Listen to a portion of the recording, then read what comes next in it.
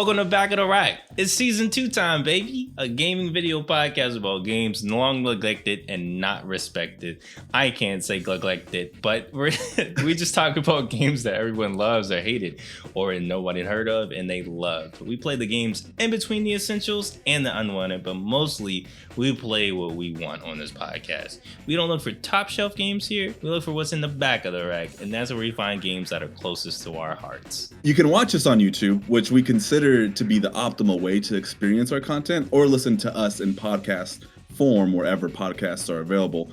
Make sure to like, comment, and subscribe to our videos and leave good reviews for podcast feeds because it helps us out and it is the fuel that keeps us going.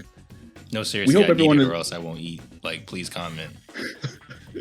Yeah, we need it or we won't keep doing this. We're just going to stop. No one is liking the show. We hope everyone watching and listening is doing great. We hope that you had a wonderful Christmas and a New Year or whatever holiday it is you celebrate. Kwanzaa. Kwanzaa, Hanukkah. And we thank you for joining us today. I'm Bendezzer, and with me as always is Sondi. How are you doing, Sondi? I'm doing good, man. How you doing? It's been a couple months. It's been 3 months, we'll say. It's been 3 months since we've last recorded. I don't know that. It's been 7 months. It's been 3 years. I don't know. Today I went to sleep at 3 a.m. last night. So like today I was like really groggy and I really regretted staying up so late. I've been in this weird mode where like I'm not playing anything, like I'm just jumping into things and then like play for like 5 minutes. And You're I'm just like, doing. Nah. You just still. In the famous words of Snow on the Bluff, you just still. Additionally, I've also got the new Galaxy S21 phone, Ultra. It's like the highest end phone in that flagship series. I've been really just into mobile gaming too, so I've just been like downloading all these different titles and then uninstalling it. Yeah, just every gacha that I see, I'm like, ooh, this looks cool, and then I try it for like 30 minutes, and then I'm like, nah, uninstall. So I've just been super ADHD brain, like just not committing to anything. But yeah, life. Wait, what about you? Wait, did you already say how you were doing besides saying you were good? Nah. I'm chilling, man. Good. I beat my second Final Fantasy. I beat Final Fantasy VII Remake. I started Final Fantasy 14 and I stopped abruptly because I can't. That's a game that I know I can't play, or else we won't be doing this podcast anymore. It'll take you. You'll be doing the podcast with Final Fantasy 14, yeah, because it'll be your life partner. Yeah. But that's it, really. It's just it's Christmas time around the time of recording this, so like.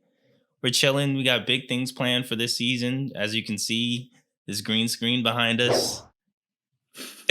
We got stuff. Like we bought the same shit. Like that's all thanks to you guys. All 12 of you. Thank you. All 12 people that watch this all the way through. Who knows? Yeah. How many people? Thanks, guys. Thanks. Yeah. So let's jump into. Well, actually, so you've been playing Final Fantasy 14, right? Yeah. And that was more recent because by the time you started that when Endwalker came out, which like the servers were like super congested and people couldn't get in. Are you going to continue to play Final Fantasy 14 or what's the deal? Well, before we hopped on this podcast, I hopped in the queue and it said waiting. Well, first of all, there's certain like servers you can't even create a character on. They're like, no, stop. We're too full. Like you can't make a character on. That's so I went wild. through all the servers to find a server that turns out is like a super big role-playing server. So I hopped on and people are like emoting and I actually had typing out like full like pro boards like such and such went through such and such, then did such and such. And I'm like, what the fuck? Some real nerd shit. Yeah, like I queued up for my first dungeon and like the people were like talking like they were really like in the dungeon, like their characters. And I'm like, am I with NPCs right now? Like, what the fuck? And then I realized they're actual players. I'm like, I'm on the wrong server. But I don't like this. I should probably leave. But yeah, the queues are like 6,000 Like if I was to log in right now, I won't log in until 10 p.m. tonight. If I log in at 10 p.m. tonight, like you either log in the morning and play, or you don't. That's it for the day. Like you just don't log in. It's kind of That's it's nuts. crazy. It's so weird. Like there's this since COVID, I feel like gaming, and I've heard like just gaming in general, whether it's PC gaming or gaming on the Switch, like so popular. Now I feel like so many more people adopted it because they were stuck in, with the lockdowns and everything. Yeah, It just shot up the amount of people that play these games. It's crazy that like people can't get in to play. Like you know, and I think digital sales also like went through the roof during the pandemic and lockdowns, and there's still like I think it's people are buying more digital games yeah. than they are physical now, I which is know with Final Fantasy, the main situation why like they're having the server problems they're having is because of COVID. Actually, like there was a shortage on like semiconductors or something like that, so they couldn't build any more server racks to actually expand. Like they knew it was coming, but couldn't prepare for it oh, I because see. COVID is just a shortage. They couldn't like buy the new stuff if they wanted to.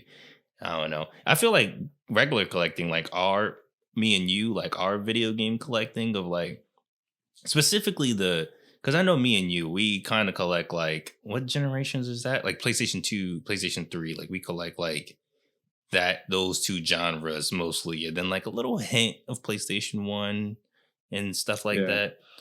And a little bit more of like modern games and stuff like that. So I feel like that's also increasing price exponentially, crazily since we've started this podcast. Like there's certain times where we look at games, we're like, oh yeah, let's play that on the podcast. And then we look at the price and we go, maybe not.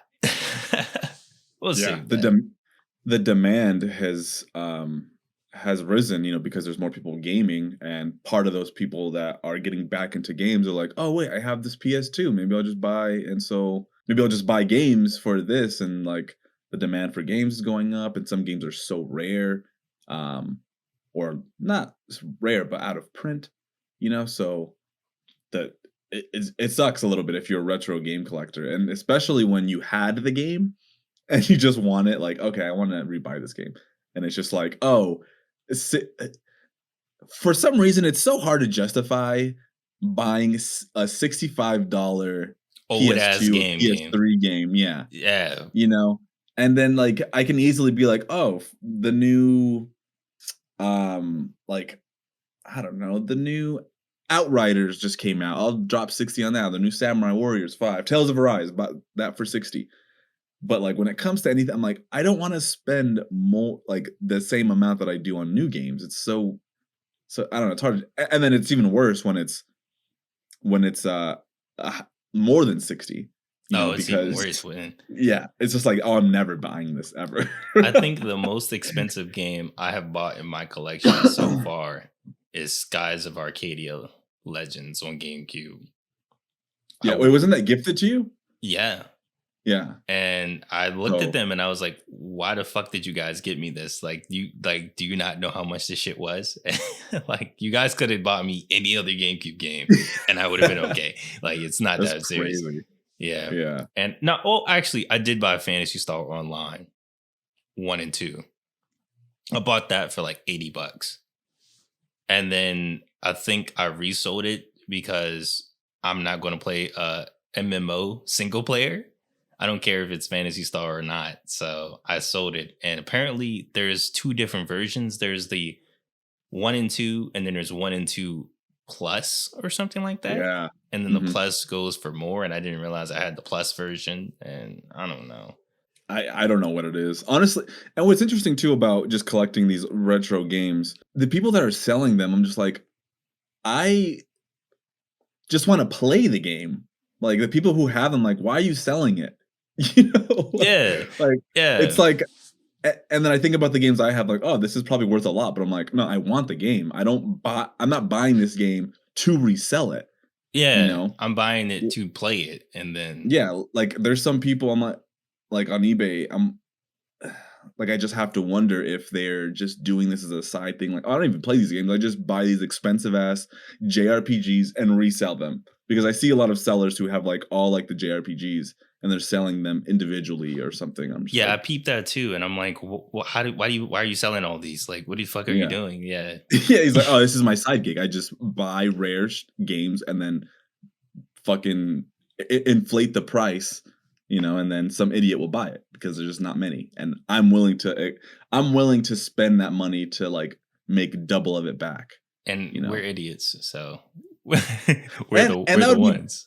yeah, like that would be different too if like we were buying these games like to sell them, but we're buying them to keep them, so it's like hard, like we lose more money that way, because like if I buy a game for $100, a retro game for $100, I'm not making that back. I just have that game because I want to play it, but I don't plan on selling it, So it's just like, Yeah, because that's how I feel too. I look at because when I collect games, I normally go through my wish list of games that I want, and I normally go through like cheapest to most expensive. So like I'm still getting like a bunch of PlayStation 4 and like really really cheap shovelware at almost PlayStation 2, PS1 games and stuff like that.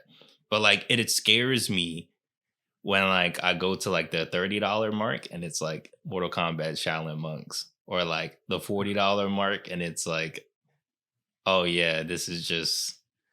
I'm trying to think of what games are in the $40 mark. Hold on, quick intermission. Let's see. so Urban Reign was one that I picked up recently That's for I think in PS2. that's in like the And $40 mark, right? yeah, and I got it from a guy who was selling it for 25, 26 or something like that. And I bid for it. I didn't think I was gonna get it. Also, I didn't want it too much, but I just didn't think I was gonna get it. But like, it's not. Well, I wanted the game, but the one he was selling looked pretty scratched. And then when I got it, I'm like, this is super fucking scratched. This is fucked And up. it played, but I was trying to be slick. And sometimes when you like do the return option, they'll just refund you and they keep the game if it's not working, whatever. And I tried to do that. I try to, be like, well, maybe I'll keep it and then I'll just hit the refund because it's like so scratched. And I don't, it's so scratched that like, I don't know that it'll play all the way through because it starts and I can play the first level. Or it'll be like the Crimson C2 situation like me where like the cutscenes don't work and everything else works perfectly. Exactly, yeah. And I'm just like, well, I don't want to go through the hassle of returning it for $26, but also I fucked up. Yeah, so. but I mean, if you bring it to like your local game shop, they might be able to resurface it. Hopefully, it's not been resurfaced before. Oh yeah, I don't know, maybe. Yeah, I have a little stack of games that I got to bring the next time I go to the game store so they can resurface them. They normally do it for free, so that's a good thing. They just go, "We got you, bro. Don't worry about it." I don't know of any game store around me that does that. Honestly, is it like your local store or is it like a game? Okay, yeah, I don't. No, remember I live in the middle of nowhere. You live in Courage the Cowardly Dogville. All right, let's get into this. You guys can. Sorry, you got to sit through all that. I know it's been a while since we've gotten to just bullshit like that, but this episode's game is the infamous State of Emergency. Cue explosion. Welcome to Capital City, a perfect example of happy and stabilized modern living. Thanks to the thoughtful and benevolent leadership of the corporation and the loyalty that you, the people, show as consumers, we will be able to keep improving our country year on year. The freedom movement has taken over the airwaves. The people of Capital City will no longer be enslaved by the corporation. Do not believe their propaganda. We are not yet free. Citizens, clear the area or you will be shot. We are slaves fighting the first battles for freedom. Everyone must take to the streets and fight your oppressors.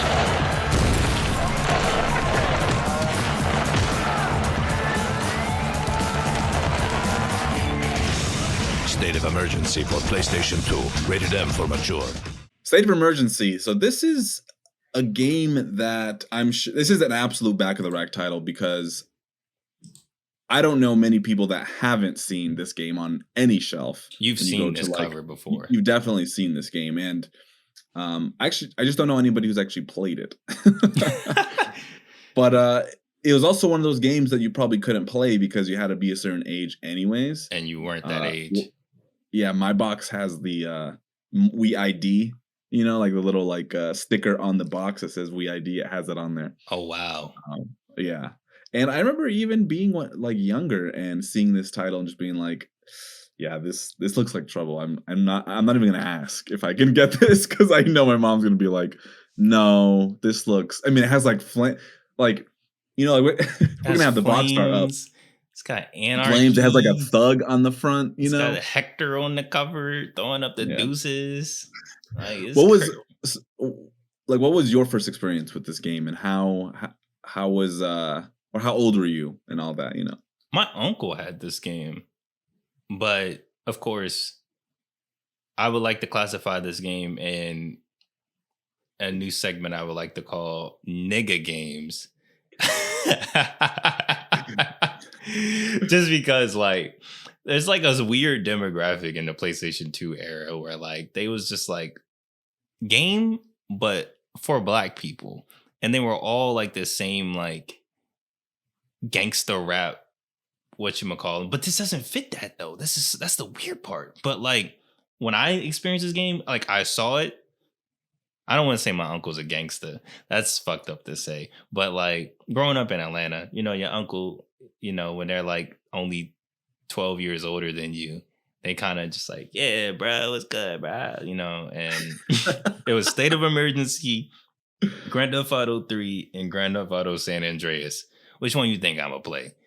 Not State of Emergency. It just always sat there. But I always saw the cover and I was like, even in like lots and stuff like that, trying to buy it, I'm like, State of Emergency, but I've never dabble in it. There's this game. Okay, so in the movie, and maybe many of you haven't seen this movie, but it's a Spike Lee directed film called Inside Man. Have you seen this movie? I've seen this movie. It's really good. It has Denzel Washington Yeah. and what's the other actor's name? I can't remember. But anyways, the point is there's a small scene in the movie, which we're going to have to include in this video, where the thief or the bank robber holds hostage a bank, and there's a little kid in the bank that he's holding hostage. I'm explaining this terribly. But anyways, the little kid is playing a game on his PSP.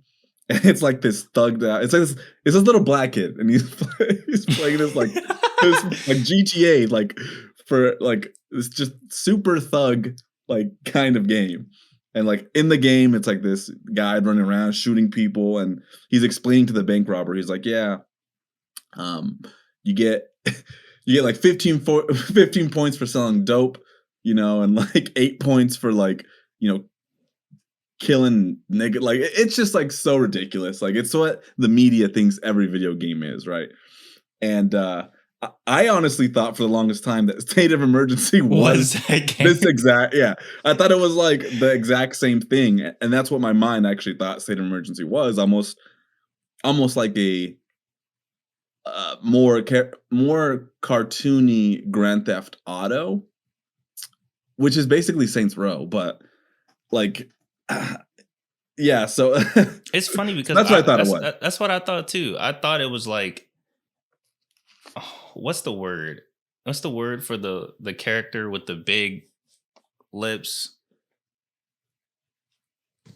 Like in this game? No, like the stereo. I'm like the big, like the stereotypical like old like 20s version of like black people that they would do in like movies and stuff like that.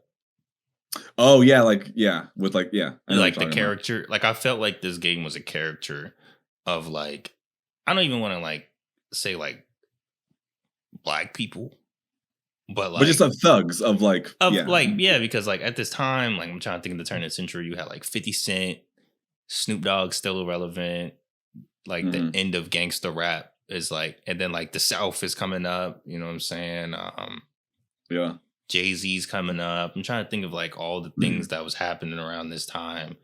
That was like Allen Iverson, fucking, I Yeah. don't know. And like, yeah, it became a point in like early 2000s media where like hip hop became like a caricature, like kicking it old school, think it that, where they're like, what's good, yo? Nah, B. Like they gotta talk like that. They gotta look like the dudes from the Second Sight Queen's Mission. Like they gotta look like the dude on the cover of State of Emergency. And it's ugly as fuck because when you play this game, it's nothing like this cover. So when you see this cover, you're thinking like, oh, it's just some like, gang shit, you know what I'm saying? But it's not at all. Yeah, it's about freedom fighters essentially, but I think I have a feeling that it was probably like just thugs doing fucking gangster shit, and then they were like, well, let's turn these people into like freedom fighters, like people who are fighting For a or cause. people who are like resisting like this oppressive state or something. Like let's try to justify it. It's funny because Um, it's actually the opposite. It was actually toned down from before because of there was some riots that happened right before this game was released in like 1999, the World Trade Organization riots in Seattle. yeah, And it was like super heavily based on that. That's why it was a lot of like just straight up rioting, like a riot simulator. But then the lawmakers in Washington were trying to actually like ban the game because they thought it was like enticing more of these riots and stuff like that. And they changed it to make it look more cartoonish. They drowned out some of the inspirations, and that's when they added the corporation instead of, because I think it was originally just named like the American Trade Organization or something crazy like that, and they just toned it down to the corporation, and we're the Freedom Force, and they're dystopia and shit like that. my girlfriend watched me play a little bit of it, and she she she was like, "Wow, this is really violent, like almost uncomfortably violent." Yes. And I was just like, "Yeah," and I was like, "It is. It's weird because so let's side rail this a little bit to video game violence because I feel like it's still somewhat prescient and related to this this game. So a game like Mortal Kombat that's based in like this more fantastic, obviously like it's not set in current day, and it's hyper violent. They're doing all these crazy things, and it's ultra realistic. That feels like 1 degree away from being um like from hitting home for anybody. So like Yeah, because nobody's this a demon scorpion man that can summon a tentacle and like pull you in. So you kind of like, nobody's gonna rip your whole head off, even no matter how yeah, realistic it may look. You realize that like, okay, this is there's fantastical. exactly. It's a degree of separation, and with this game, it's like There is no no, degree.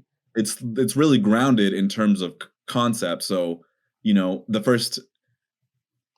the first level is you being in a mall, and it's just like hectic, like people are running and scared and panicked, and then you could just fucking start gunning people down, like a school shooting, essentially, what I would imagine. I was about to say that too. Like or playing like a this mall game, shooting.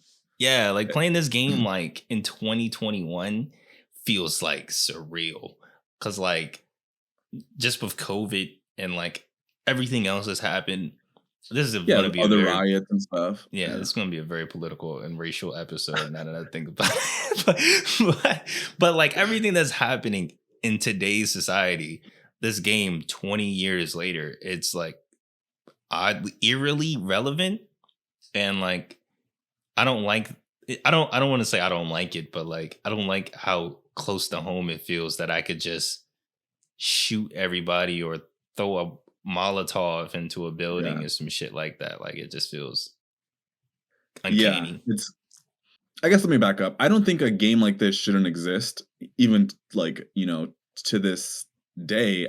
I think the video game industry should be able to express the way they should be able to make any kind of game they want, and I think that includes many things. I don't think that a game should be like censored or anything. It should be whatever, and I think it's up to the consumer if they want to buy it or not.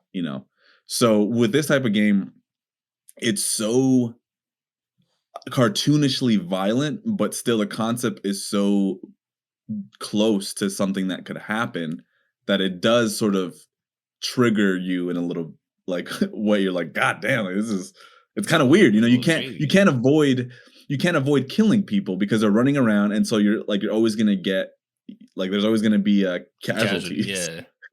and it's like they're fighting for freedom, and then like people are dying, and it's just like it's really weird. But let's back it up even further.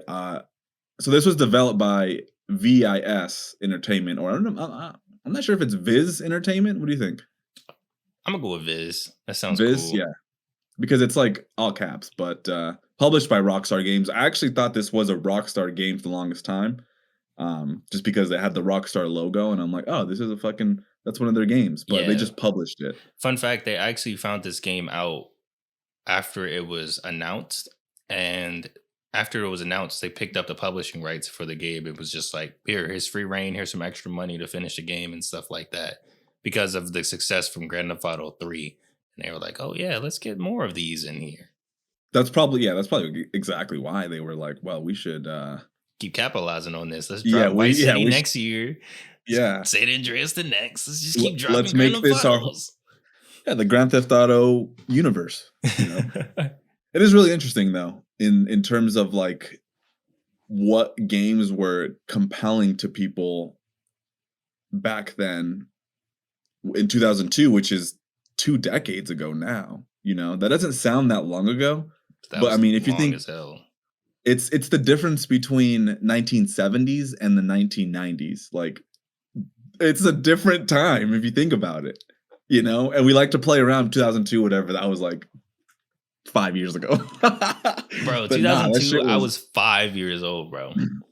and the world is constantly shifting and changing, as well as culture and what's and what we value and stuff like that, and like new generations, and there's always and so like with this kind of game, it's so interesting to play it and to see like the gangster stereotypes and to see the violence and to see that um and how, because I feel like as a little kid I don't think I would have really batted an eye. You I wouldn't mean, have like when I was Yeah, you wouldn't have associated it with like actual people and stuff like that. Like yeah, now you have like a sense of like moral, like like when you play Grand Theft we have Auto and you would just run with the Uzi down the sidewalk and just kill yeah, everybody. You don't do that yeah. shit no more. You actually follow traffic laws and shit in Grand Theft Auto. Like I guess as an adult, you get more tame in terms of your gratuitous violence in open world games, and then Yeah. you play this game and it's just like grab an AK and just spray in a line, and you're like, whoa, I don't know about this. So, yeah, state of emergency. Let's explain what exactly this game is, because it's not what I thought it was going to be. I was thinking open world Grand Theft Grand Theft Auto type game. But it's basically an arena beat 'em up. And well, maybe not an arena, because that sort of makes it feel like it's like a circle, like you're just in a It's enclosed a space. Riot arcade game. It was a budget title as well. Like, it wasn't even full price in relation to the other games that were coming out around the time. So it was like a budget title, and some of the reviews talk about it being like, well, for it being this much, it was, like a good time. It does feel arcadey for sure, and I think games like that you could get away with a lot easier just creating some very simple game, because it's deceptively simple. It feels like it should be more complex when you play it, but it's just like a very basic beat 'em up, like mission run, like kind of like it's just very, very simple. Yeah, I like think if you put this on an arcade cabinet, like it probably could have felt the exact same way, and like people would have had yeah, like super fun with it. what makes it feel different, or I think the expectation, I think for us, and this could be because we're looking at it retrospectively, it could have been that because it's in 3D, most beat 'em ups are like, side scrollers especially in 2002. Yeah, this is You the know, start like of the PlayStation 2 era and stuff like that. Like even on PlayStation 1, they were still 2D.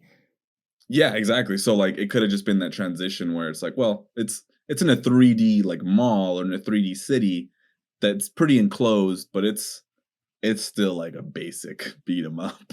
Um, yeah, so that's kind of what it is. You're essentially just like you're taken to the menu, which is terrible, and Horrible looking. you have a couple of options. You have like a chaos mode, which I don't know what mode is supposed to be like the story mode, but chaos mode is sort of like a create as much havoc and maybe finish these objectives on your way to increase your score. And then you have a sort of subset of like, oh, do that within 5 minutes or 3 minutes, and then on a harder difficulty. And that's chaos mode. And then there's revolution mode, which is basically just like 100 missions, I think, or something, just back to back, and you just run through the same level doing those missions. And the missions vary anywhere from protect this building from these thugs, or escort this thug to this building, and then protect the building while the thug is Yeah. in. Like Go it's blow like up this building, go kill these guys, go steal this thing and run off and go deliver it to this spot. yeah. But it's all given in this like rudimentary, just giant text box that says Oh do yeah. this. And then while all this is happening, all the chaos of the ball or the city or whatever mission you're on, it's all still around you. And it's just like, oh yeah, go over here and go do this delivery. It kind of like, I felt like, to me, chaos mode was the more fun mode, and I feel like that's why I was at the top of the list, because you go in, you have a timer that gets added while you do more stuff. So if you complete objectives, you kill stuff, you blow up buildings, your time increases, and it's just trying your best to get the most points and the time and see how long you can survive and stuff like that. And that was super fun to me because you hear the announcer and like screaming out like double points for smashing objects or like double points for blowing up buildings. Go here and blow up this thingy my bob. And you're like, Yeah. okay. And you're running around. It's frantic because you're rushing for the clock. And all the missions, they all felt fun. Like that was when I was genuinely having the most fun with the game compared to revolution mode. And this is supposed to be a whole simulator of like rioting. Revolution mode where you're doing objectives for people that are like secret agents and like break this guy out of prison because he is one of our freedom fighters. Like it feels the opposite of the game, in my opinion. It feels like the opposite of what the game is trying to go for. The whole crowd-based system sometimes feels like, or felt to me like a little bit like there was a Unnecessary. like there was a dissonance sometimes. Like you would do a mission and well, okay, so first off, you pick a character and there's two characters available at first. You unlock the rest. They're all the same They just have essentially. different animations. There's nothing like, oh, he's stronger. He can punch people's heads off. Nothing crazy like Yeah. that. Yeah, so you just pick a character and then you get dropped into a level and like it's immediate chaos. So like the city is in a state of emergency, so like it's people running everywhere and it's pretty impressive for sure. Like Especially the amount for of people. very early launch, like very close to launch, like PlayStation 2 game. It has more characters on screen than a Dynasty Warriors 5. Yeah, I don't know what engine they're using, but like yeah, it's just a bunch of people running around and you could clearly see that some are like just copy and paste or like there's no real intelligence, but it is impressive because as you're running around it's just like chaos. I think that having people run around all the time makes it feel less like I feel like it makes it feel like inconsequential. Like when you actually like, throw a Molotov or make something blow up, they're already running around. So like it'd be cool if like you started off the level and it was like quiet or like nothing was happening. Everybody was just like walking normally. And Yeah, then and you then the do more your points you thing. get, yeah. Yeah, like the more hectic it got, and then that would be like a good visual indicator to you, like, okay, I'm doing good because it's like there's people going, crazy, but it feels like an afterthought. Like it just was implemented and it's like, okay, well, here's this, but you Yeah, that's it. They don't really do anything. Try not to kill them too, by the way. But like that's impossible. Yeah, because it like I would say like the initial startup on the first time playing chaos mode and actually like because that was my first experience was chaos mode in the mall and seeing everything. I was like, whoa, oh god! I'm just running around. I'm grabbing stuff because this game it doesn't have an in-game tutorial. You have to actually have like back in the day, you had to have the instruction manual and actually read how to do everything, what you're supposed to do in the missions and stuff like that. So just not knowing that and not knowing the controls and just running in and just grabbing stuff and throwing it and figuring out, oh, if I throw the Molotov into the building, it blows it up. Yeah. Oh, Yeah. and it was just all the chaos of that initial reaction. That was the best experience I had in the game, just seeing that. But then afterwards, especially with Revolution mode, you realize it's filler. It's literally filler. Like they're just there to be there. There's nothing really that they do. It's not like they are also rioting, even though they'll appear with items over their head and stuff like that. It's not like they're actually rioting. It's just they're really like if the NPCs actually did stuff, like if they attacked me, like the random civilians, or if they threw stuff into buildings as well and stuff was happening, or if I saw the corporation gunning down civilians and I had to run away with them, that would make it feel more like, okay, this is a live world. This is way more open and stuff like that. It would be interesting to see this system, this crowd, I guess more developed or evolved because it does feel like the same people running around the same areas, like they can leave the building. So it would be interesting to see like, oh, near the entrances, it's more congested. But it's not. It's just like they're everywhere. And they're like, what are you guys doing? They feel like chickens without heads running around. Nonstop. So they end up not feeling like people, but I guess when you're killing them, it still feels like, ooh, this is There's a person. This is a little intense. That's somebody I mama like that. right there. I like that you could turn the blood off in the menus. The gore, you could turn it off. Yeah, because there is like, sometimes you could like if you like shoot somebody, sometimes you can shoot their head off and then run over and pick their head up and throw it at somebody, like crazy stuff like there's that. like just this fake blood squirting out and stuff. So it's very frenetic for sure. But a lot of the missions, I think I struggled with this one, and I can't say that it was a game that suffers because of our like our modern sensibilities with gaming, and that's sort of what we wanted to sort of structure this episode around in some sense as we talk about the gameplay and story or lack thereof and presentation, was that when you're playing this game, it's almost hard to enjoy these games that are far simpler, especially when there's no like progression.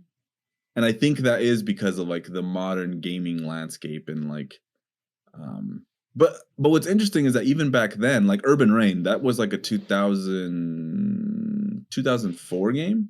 So maybe 3 years after this game, and it has a progression, system. You unlock new moves, there's something to keep you going. And in this, it's just like, okay, for Revolution mode, you're just doing missions back to back, and you're not really getting any, like you're getting weapons, but they're not great, and they're hardly better than one another. They're very limited. Once you run out of ammo, that's it.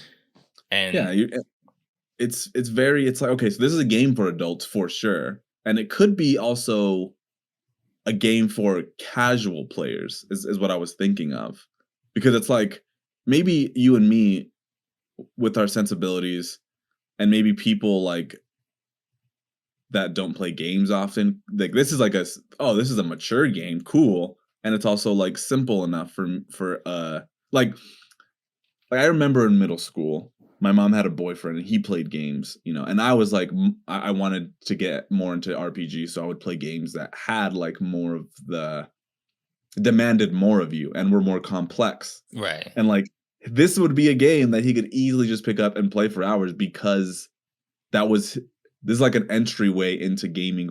It's very accessible in terms of like what you can do and what you can't do, and it's very simple, and I think that's okay, right? But I think it does make it a little hard sometimes. Like, oh, this is Like this is definitely like for my uncle or someone who's like not familiar with Yeah, games. Like because they would have very gone through simple. Revolution mode, did like 5 or 10 missions, and then played Chaos mode, and then turned the game off, and did that for like 7 months until they Yeah, unlocked everybody. yeah, But yeah, like and us, I guess also because of the fact that we're playing this for a podcast, that we're trying to experience all the content. Like me, I binged through the first 2 levels of Revolution mode in one sitting, and that was the worst slog I've ever experienced in a video. Like it was almost to the point where I was going to come in here and start like bashing this game to like the fullest, because you unlock characters, but they don't do anything. Like that's why that question is so nice for this game, because in my head I'm thinking like, okay, so this character, maybe the big black guy that's escaped from prison, he can lift cars and throw them or something, or Spanky, he can dual wield guns. You know what I'm saying? The hacker guy can run faster. Like thinking like they would have like cool something passives or unique. Yeah, something unique, but they don't. And so I just felt like I was wasting my time with Revolution mode. And I thought a good idea for the game would have been if you just scrap Revolution mode entirely and make Chaos mode less, make the point numbers that you need to unlock the next level, because there's only 4 levels in the game. So once you see the 4 levels, that's it. You know what I'm saying? But if instead of just 4 levels, there was maybe 16 levels, and you go through the game and there's small chaos mode points, like this round is 25,000, then you go to the next stage. This one's 50,000, go to the next stage, stuff like that. And then you can spend maybe some points or something to be like, guns do extra damage or have extra ammo this round, or like pickups, just normal ass pickups, like power ups and stuff like that. Like if they added that to the game, that would have been a lot more interesting. But they did add power ups. Not that I say that they did do that, but that was for the Xbox version. We don't play Xbox games. Well, original yeah. Xbox games. It is interesting because as we typically structure our episodes where it's like presentation, story, and gameplay, I think the budget of this game really just like, it's like, well, there's not much to it. It's so simple. And we, maybe that's our fault for not looking into it further before we chose it. Yeah, we I still both think just it's a back. Yeah, like, because we both figured, we're like, oh, okay, this is back of the rack for sure. This is, like, as a kid, this would have been like a rental over the weekend, maybe for even just one night, and yeah. just returned it, you know. But like, I know, like there's games that you play and you're like, oh, I didn't experience all of that. Like, I didn't feel like I completely got everything out of it. So I'm gonna rent it again. But this was like just a 1-day rental and return it and be, you know, and it's like, nah. Now that you say that, that makes me think about this game, and I don't want to say it was made to be a rental, but that had to have been a thought process back in the day where it's like, we'll get more pull out of the game if we just, you know what I mean? If we make it simple comparatively to a Grand Theft Auto or a Final Fantasy X or something of the sorts like that. Like instead of making it this grandiose 30-hour experience or something like that, let's just make it a quick little game you can play, throw it back in a rental, pick it up if you want. I don't know if that was a culture back then. I think it was for sure. It was damn, well, we're talking about a lot of things here because so one, I think that with the limitation of like the hardware and the power of consoles, you can only do so much in a game. So there's that. Two, you have to think about how big arcades were in the 90s and how they started to kind of phase out, you know, because home consoles became in like a bigger thing. So I think there was an attitude that arcade connoisseurs still had, you know, when they were moving to the console space. So it's like, let's make short like bursts of entertainment, you know. So this is why you get something like these beat 'em ups or something like this. I mean, if you look at this developer's history, all these games are just like those short bursts of like action, like just like, oh, just jump into this arcade mode essentially, like, and then play for 15-20 minutes and then that's it. The only game that they had done maybe that's a little bit more involved is probably in 2005 they did Brave, the search for a Spirit Dancer, or Narc, which is like a PS2. Narc as well, and those were released in the same year. So like they started to change as a gaming landscape, especially for the PS2, was changing. Like, as far as stories, how involved games are going to be. So this is definitely maybe not a victim of, but a example of the time, which was 2002, and like the kinds of games that people could accept and would be willing to pay and like play. I mean, because I'm sure there was a couple of thought processes for this. It's a hyper violent game to begin with, right? Yeah, and And this is right Grand Theft after Auto Grand was Theft Auto big. 3. Yeah, so it's like, okay, this is gonna appeal to adults, but we'll probably have some kids playing it because parents don't seem to take games seriously when it comes to like ratings. So And the box let's make art this. doesn't, even on the back of the box, it doesn't really showcase that like I'm going to be murdering people. There's gonna be casualties. It's not too involved, so that means it's super accessible.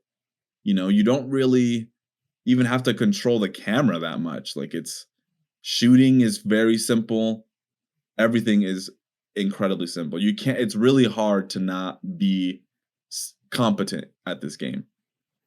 Like the skill ceiling is like it's right there. You know what this game? You know what this game reminds me of? You know, in movies when it's like some guy playing video games in the background, and it's like, This, "Oh, yeah, what's up?" This is the game.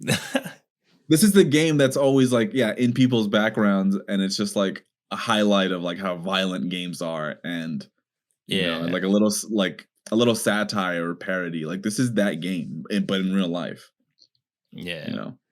I don't know. I feel like, yeah, I feel like modern games does ruin our ability to enjoy like simpler games because I feel like it's harder for me, especially with like GameCube games and like to go. It's like GameCube, PlayStation 1, PlayStation 2, like going back and actually like dedicating myself to go, okay, I'm going to play like off the podcast, off side video content, like just I'm going to sit here. Like I've had Tales of Symphonia in my GameCube for like 4 months, but I've never started up my GameCube. Same with like PlayStation 1. I think I have like a Tetris game, but I'm just like, I don't want to play it because like I don't know. I feel like me in like modern games, like I have to have a progression. I have to have a skill tree. I gotta have a story. I have to You have gotta be something advancing, yeah. to I can get reach towards the credits to like progress myself. And it's interesting coming to this game and playing Days Gone at the same time. And Days Gone has too much progression and too much modern systems and stuff like that. There's skill trees, upgrade your bike, upgrade your guns, buy guns, upgrade the camp. Like it's so much like clear the map. It's so much shit in that game compared to this game that I felt like I was comparing this game to a game that's 20 years older than it. And just like thinking like with chaos, like my chaos mode example, thinking like, oh, if it had it this with chaos mode, or oh, if the characters had these special traits, or oh, if the guns could do this and do that. Like none of that's necessary, but like my thought process now is at that point because even the simplest of games, even the tiniest of like bite-sized beat 'em ups, especially like roguelike games, because they scratch this itch of an arcadey game, but it also has all this progression and all this shit that you can do on top of it. And I feel like it kind of does ruin your enjoyment of these games because I play too much of them. Yeah, for sure. Yeah, that's another thing too. I think in the PS2 era, people weren't playing games as much as people play games now. And Yeah, that because means in it's not total like hours and time spent, especially as gaming has become more acceptable with like, people making livings, like Twitch gamers and streamers and stuff like that, being able to make a living off of it. Like it's different now and it's more of a lifestyle now. yeah, because as we have these giant bookshelves behind us and stuff like that, like we collect games. Like we buy games and we have games on our shelves that we haven't even opened yet that we're like, I'm gonna play this after I finish playing these 12 games. 3 other games, yeah. Right. It's sick, honestly. I hate it. I hate it It's so much. so gross. Now that I think about it, I'm like, oh my god. Yeah, you always see the memes where it's like people are like You just bought a game? buying, Are you gonna I just play bought a it? game. Exactly, yeah. I'm never gonna play this game. Like, it's crazy. Especially Days as an Gone. adult, you just don't have the time, but Yeah, I Days don't Gone I know. bought 2 Black Fridays ago. I just took the plastic off 2 weeks ago. Like, I had that game on my shelf for 2 years, bro. Like, that's I didn't even realize it was 2 years old, but yeah, that's about right. yeah. I bought it the first Black Friday after it came out. And now I'm like, damn.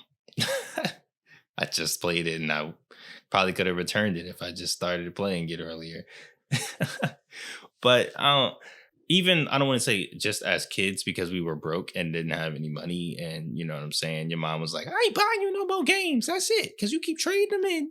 You need to stop. Yeah, yeah. Like not even on that, but just the fact that news like spread it like way slower back then. And like Yeah. in terms of like the games we like to play, like JRPGs and stuff like that, like we would get a JRPG, but it'd be like 2 years after it's been out in Japan. Or like And even then, you wouldn't. Now you buy a game day and date. If you're excited for that game, you buy it day and date. Most likely due to us being adults now and being able to buy the game. But back then, when you were a kid experiencing a lot of this, a lot of the early gaming industry, you didn't buy the game the first day it came out. You weren't like in line and stuff. You were like, half the it was a time, game. yeah, you bought Yeah, it like, when it was in the bargain bin or or you when didn't know it was even like released recently. Like, it's like, all right, I don't know how long this has been out, but like I think the only game that you would really buy as a kid day in day out is maybe Pokemon. If you get it, if your parents are fuck with you like that, maybe you'll get a Pokemon game around release. But if not, birthday or Christmas. yeah. And yeah, I mean, for me, like it was secondhand up until the PS3 era. So I was playing everything late. I was behind on the console generations. I was getting games, used, cheap, which is partly what this podcast is inspired by is that experience. And so like with a game like this,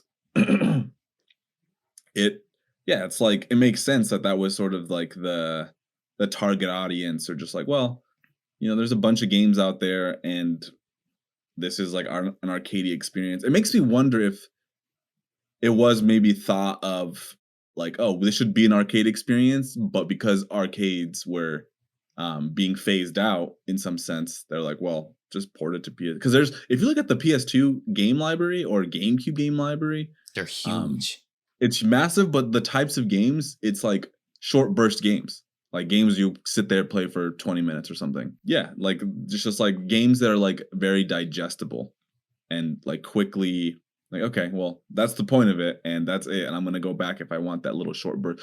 Almost like, how mobile games, like the casualness of like, oh, okay, I'm just going to do this run real quick and then I'm just gonna go through this real fast. Like I think that's why a lot of like GameCube, PlayStation 2, and earlier games are kind of like speed run staples and stuff now because it's kind of like, it was a 6-hour game. Let's see if we can beat it in 3. Are we beating it in 2? Let's see if we can beat it in 2. Like stuff like that. Yeah, and that's all they were. Like it's like they didn't have. There wasn't this obsession with like RPG progression and skill trees yet, and that was still like niche. RPG elements was still like niche. You didn't see that in like everything. Now it's in everything because like it's what keeps people playing, and these businesses, these like publishers want people to keep playing their games, and with so much being offered, it makes sense. They're like, okay, put it. That's why like multiplayer games now all have like a progression tree, like because Halo 2 didn't have like a thing like a battle pass. But now Halo Infinite has like a progression. You can get skins. There's something to work towards. You can upgrade your weapons and get it's stupid shit like get 100 kills with this weapon and you get a star that says like, hey, I'm a 1-star battle rifle dude or something. Constantly being awarded for everything. Like there's something to progress in the game at all times. And that's like the philosophy for almost every game that's out now. And so I think that somewhat has tainted it like in some respects the way we look at and play and experience older games like State of Emergency, where it's like, it'd be cool if there was like, oh, kill 5 things and then I get a little like star and then now I have a new outfit, or now I have like a new gun or a new move or something. But it's it makes it unenjoyable, and it really sucks in some way because like Yeah, because it was refreshing. Like the first like couple of runs of chaos mode, I was like, man, this is really refreshing. Just trying to get a good score and just try to, okay, I got this score. I'm gonna try to beat this score and seeing whenever the yeah. top of the leaderboard and just trying to get to the top and stuff like that. Like that was fun. Mhm. But then I started thinking and I started questioning and I started going, "But what if there I was got this? bored. Yeah. But what if I do this? But what if I do this? And Oh, okay, never mind. You didn't get bored, so you just started. oh no, no, Uh, no, no, no. Yeah, I got bored with chaos mode too. oh, okay. So, but you were saying that you started to question. You wanted to see what the What if limits they were. like what if they added more? What if they did Okay. this? What if they went and elevated this type of mode and stuff like that? And I guess we do have our answer to that with State of Emergency 2, which is a third person linear story based third person shooter with zero melee. There's still riots, but like it's more or less based like all the characters you play them in between missions and stuff like that. They have like objectives and like you actually do shit for the like the freedom to get rid of the corporation and stuff like that. Like it's interesting and I think we should try it out. Not right now, but That would require buying it. and like, you know what I'm saying? Like in a future season or something like that. Just In being season like, 5. yeah, like we should have a sequel season where we just play all the sequels of games that were back on the rack and be like, see, somebody fuck with it. There is watching some gameplay on both the games, State of Emergency 1 and 2. A lot of people remember them very fondly. A lot of the comments like on the videos like, "Oh, they don't make games like they used to," or like, "I like this was the game back then." So there was a lot of love for sure. And It's this hard did to know sell how almost a old some of million these copies. people are. Yeah, yeah, like it's hard to know how old some of these people are, but maybe it's also like the nostalgia goggles of like, "Oh, well, it's not that great." But But that's yeah, I the mean, thing yeah, too. there It's like, is like 90s kids. Like you have like I'm saying, like even if like 80s kids were probably what? Like late 80s kids were just becoming they were like just becoming teenagers, like late teens around this time, right? And then you got mhm, early 90s babies that was being like that were like 9, 10, stuff yeah. like that. So I mean, I guess like because that's how we feel with nostalgia, where it's like, oh, attacking the power of Juju, man, that was the game. Ah, that Lawrence Gomez. Like, Ah. or like, But yeah, I get. yeah, you know what I mean? Billy Hatcher, that's the game. But like, Mhm. they're actually ass. And like, Mhm. It makes you think. It's like there are different eras of games. There's the game Kina, the Bridge of Spirits that yeah, came out. like that's going to be a So game for kids like that was their age that played State of Emergency. That's going to be like, man, yeah, Kina is the game. I've heard that that game is like very PS2 inspired with like its level design and like how brief it is and stuff. I was like listening to like a spoiler cast on it, and yeah, it sounds like they kind of took it back to like this simpler time where it's like it's not a 10, it's not like a 20 plus hour game and there's not all these things. It's sort of straightforward but fun and like addicting, and maybe that's really what makes a game a good game. Is like, is it like, what is it trying to do and does it succeed at that? And I feel like with State of Emergency, maybe it does succeed at what it's trying to do, and it was also a budget title. It might be ugly, like the menus are ugly, the music is like weird and doesn't Yeah, really we go played with the like. inferior version because Xbox has like versus modes and co-op modes and stuff like that, and like actual power-ups in the game and stuff like that. So it's got a little bit more of what we were looking for in terms of like content. But I And mean, it's yeah, still, yeah, it at least was it exhibited fun for an hour or yeah, two, which is what yeah, it's all it really definitely. needed to do. It's not really meant for like long bursts like we normally do. Like us for the podcast, we normally play games for like 3 hours, 4 hours. Like we sit down and we analyze the game. We go, Yeah. I'm listening to the music. I'm looking at we're looking at everything. However, for this game, I played maybe 8 hours of it, and I was like, Yeah, I'm good. This is and I wrote down my first day impressions, and then they kind of like stayed the same and like evolved. Like I really did like. It's funny because there's a lack of overall charm, but the characters I feel like are somewhat charming in their design. Maybe not in their like personalities because they don't really have personalities so I'm just much. mad that the black man got to be broken out of prison. They're all like, I mean, they're all. So you want to know the fucking- backstory for the black guy? I'm gonna put you on Oh game no! real quick. What is it? He was What a is it? preacher. Interesting. He was Go a on. Baptist Southern preacher. That's appropriate. You're telling me that most black people that was aren't also Baptist? the leader of the freedom people that Oh, got wow, okay. arrested and sentenced to prison, broken out of prison, and immediately became like, imagine if like MLK went to prison, like if he wasn't assassinated for trying to like help Yeah. workers' rights, and then he just went to prison, came out buff as shit, and was like, I'm going on a murder spree. Yeah. Like that's I mean, that's the opposite of hard. his character. They're all very like, I mean, they're not good people. They're not even good characters. It's really weird. Like Spanky makes sense. Like the main guy on the cover makes sense. He's the leader of one of the gangs in the game, and like one of the like the other guy, he's a computer hacker. It makes sense. He's a computer hacker. He's like the main guy that spread the freedom. Like I mainly movement, played stuff like that. as the girl. What's the girl's name? I Like mainly played as Lisa her. or something like Yeah, that. and she was like some executive somewhere or something like that. I can't remember. Yeah, like her she used to story, work but- for the corporation, and then she switched up, and then Yeah.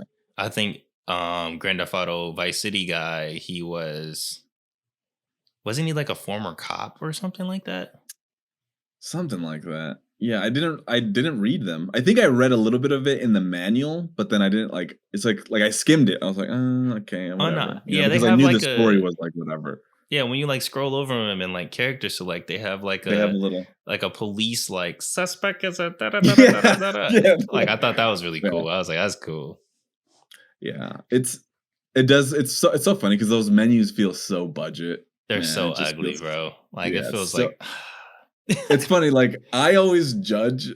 I know that a game is budget or cheap or like. that's how I there's felt no- like it was an arcade game. Like it looks like When- a midway arcade game. Whenever I see the option menu, when I go to the option menu and the option, there's like 3 options, Sound and it's off. like master volume, not even like like sound off or on, and then it just has like 2 other options, like I don't know what, I can't think of an example, but if it has very limited options, I'm like, oh, this is Yeah, this wasn't meant for this. yeah. I love like that's the first thing I do when I go like when I play any retro game. I go to the start menu, go to the options. Okay, what can I fuck with? You know. Progressive scan most of the time fucks up. The Final whole game. Fantasy 10 had a surprisingly limited options, but I think they started to like it could be like an evolution in like how many I guess options they gave players Yeah, from accessibility and PS2, stuff like that. PS3, yeah. Because there's But not there really are some a lot of PS3 games even that have like 2 options: that's sound true. off and on, gore on or on.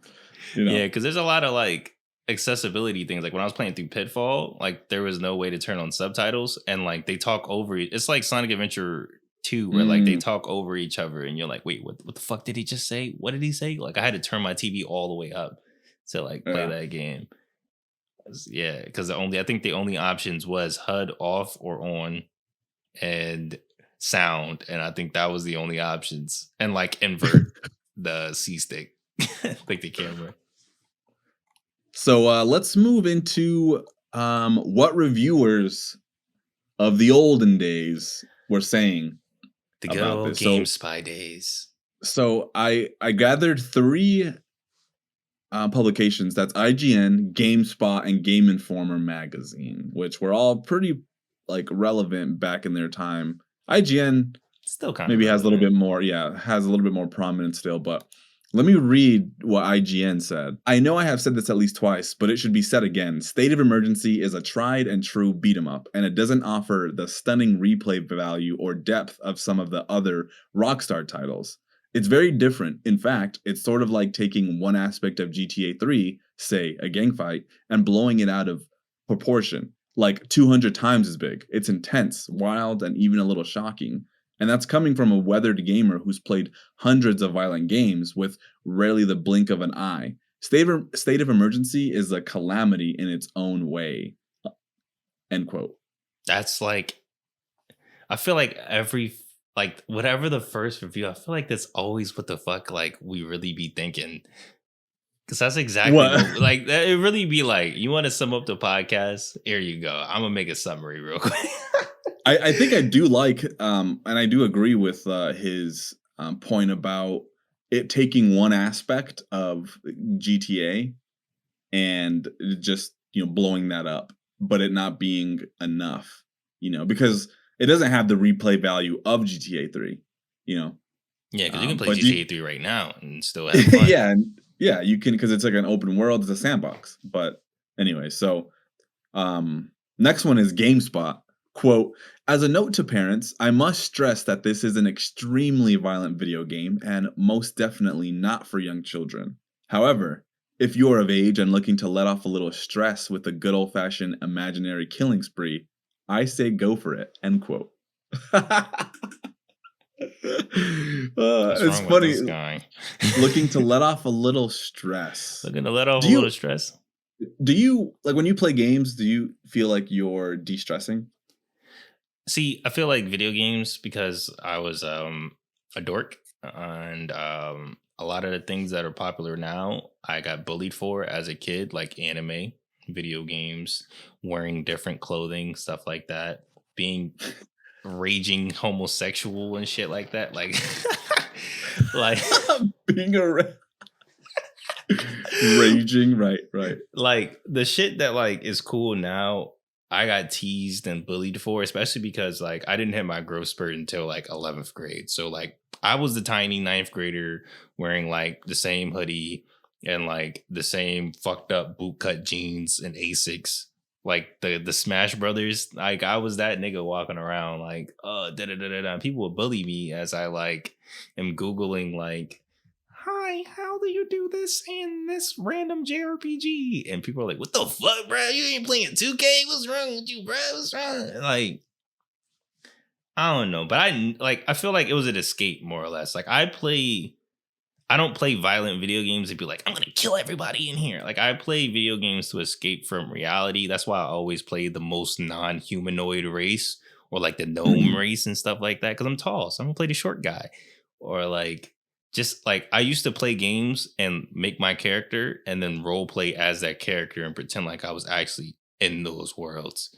But like, I've never understood the idea of being like, I'm going to play Call of Duty and kill people because I had an angry day at work and I'm mad. Like I never. Well, I think it's more, of a cathartic experience. I think when he's saying like, if you're of age and looking to let off a little stress with a good old-fashioned imaginary killing spree, I think he's being facetious, I would say, but it is one of those things where, like when we were playing Final Fantasy 12, you were like, oh, it's great to come home and play this JRPG that's kicking my ass, because it's like and it's one of the reasons I like Warriors games, because I can just go in on a bunch of armies and just like feel powerful and like level up a little bit and feel like, good. Yeah, so I think it's almost the same thing, but with this, because it's so jarring, I guess. Like realistic, but also not. Yeah. So the next one is GameSpot. Oh, I'm sorry, no, Game Informer. So quote, as a note to. Wait a second. I copied the same thing twice. Well, that's all we have. No, they said the same exact thing, bro. It's the same guy. He just plagiarized and He's just like, hey, I work at both spots. They're not going to notice. But yeah, that's honestly all I have to say for this one. This is a pretty it's a pretty simple ass game, just like Bladestorm. Like, yeah, we set a precedent with episode 1 of each season. I think Batman also it was like a very simple. There was not much to really go over and to talk about. A simple game. Yeah. So we're sort of maybe people are gonna be like, wow, this was The fuck? very Season 2 and this shit only an hour? What the hell? Season 2 is starting very underwhelming. But we did want to add a little bit more structure, or at least a little bit more of a point. That's why we had like the question of if like modern gaming ruins our ability to enjoy simpler and older games. But yeah, that's kind of it. That's all we have. Thanks for watching. This is the beginning of season 2. Sondi Selects is a new little like aside that we're gonna have to the channel that's gonna be out. We got Back of the Rack Digitals. Back of the Rack Digital, which is essentially the games that are newer and are most likely in like indie titles that we don't want to cover on the main show. So we're doing like a interview style video for that. So yeah, those are going to be fun. It's going to be games, because like people might be like, oh well, this indie game is Back of the Rack. Like there's a bunch of indie games that could potentially be Back of the Rack. Yeah. So we're like, okay, let's separate that. Let's create Back of the Rack Digital, which will be like either Sondi or me playing these games, and we can just question why it should be added to your collection. So yeah, because it gets a little tricky when it comes to like indie games of Back of the Rack, because if we cover one indie game like Indivisible, like that was going to be one of the games that we covered actually for like instead of State of Emergency. But it's one of those things where it's like, okay, we covered this indie game, then it just opens up a can of worms to somebody being like, oh well, this indie game that my grandfather made, it's Back of the Rack. And it's like, is it Back of the Rack because nobody heard of it and it's only made by 2 people and it's on Steam with 70,000 games? Or is it Back of the Rack because it actually like it has a story behind it of why it was left in the shelf and stuff like that? Something interesting. You know what I'm saying? Yeah. Yeah. And it gives us an excuse to reach back to, those older games. And Back of the Rack Digital gives us the excuse to play newer games or newer indie games. Because we were even going to do like, what was the game? Werewolf? Yeah, we're going to do that. But I was like, well, that's a new game. Like, it just opened up too much. So we wanted to keep it limited. So Back of the Rack, our main show, will be games from the PS3, Xbox era, and older. Yeah, and then maybe we'll play it on a modern console. It's got a remaster, but it's mostly older games from when we were children, more or less. Exactly. Yeah, and then Back of the Rack Digital will be pretty much PS4 and up. So if you got a game and you want to promote it, let us know. We'll cover it on Back of the Rack Digital. If it's good, No. If it's good, listen. You know what we be doing on here. But yeah, so thanks guys for watching. Make sure you like, comment, let us know if you played State of Emergency or how you felt about it, if you remember it, and make sure you subscribe, share the video, let other people know like, hey, there's this podcast of these 2 niggas trying to get out here and fucking do it, and they're pretty good, or they're not great. Maybe we need some feedback, guys. Please God. One feedback I am going to give is I'm gonna add a nigga counter. I'm gonna whenever it was 3. We said it 3 or 4 times. At least 7. I'm just gonna add a counter at the bottom of each description, be like, warning, we say it approximately 12 warning times if you're triggered. Yeah. What do you think our viewership or our audience? Like, I would say 85% white. Yeah, that's what I would say too. I would say sure. That's what makes it more funny when we say it, because every time we say it, I'm like, yeah, I can't say that. That's what I'm saying, bro. We should cover something black for February, bro. Come on. What though? I feel like there is a mixture of like what people are. Okay, so my brother, he's my half brother. He's full Mexican, and he says the N-word all the time. I see that doesn't count. That doesn't count. You're in Arizona. Y'all all say nigga. I know it's really weird, but like I see that like in other like I think it's with trap music too. Like it's so. Nah, it's just Hispanic people in general, bro. No, I swear it speaks. I swear, because I've seen it. Like, even when I went to Utah, like there's people like talking at like there's like this just this way, this demeanor, you know. And I'm like, you listen to trap music, and you can tell like they're like, oh yeah, like we're like, yeah, like I don't know, like you. All right. A little aside. Let me stop recording the podcast. But Okay, yeah, because we already pretty much ended it. Wait, did we say bye? Bye. get out of here. We're talking. Get out of here. Get out of here.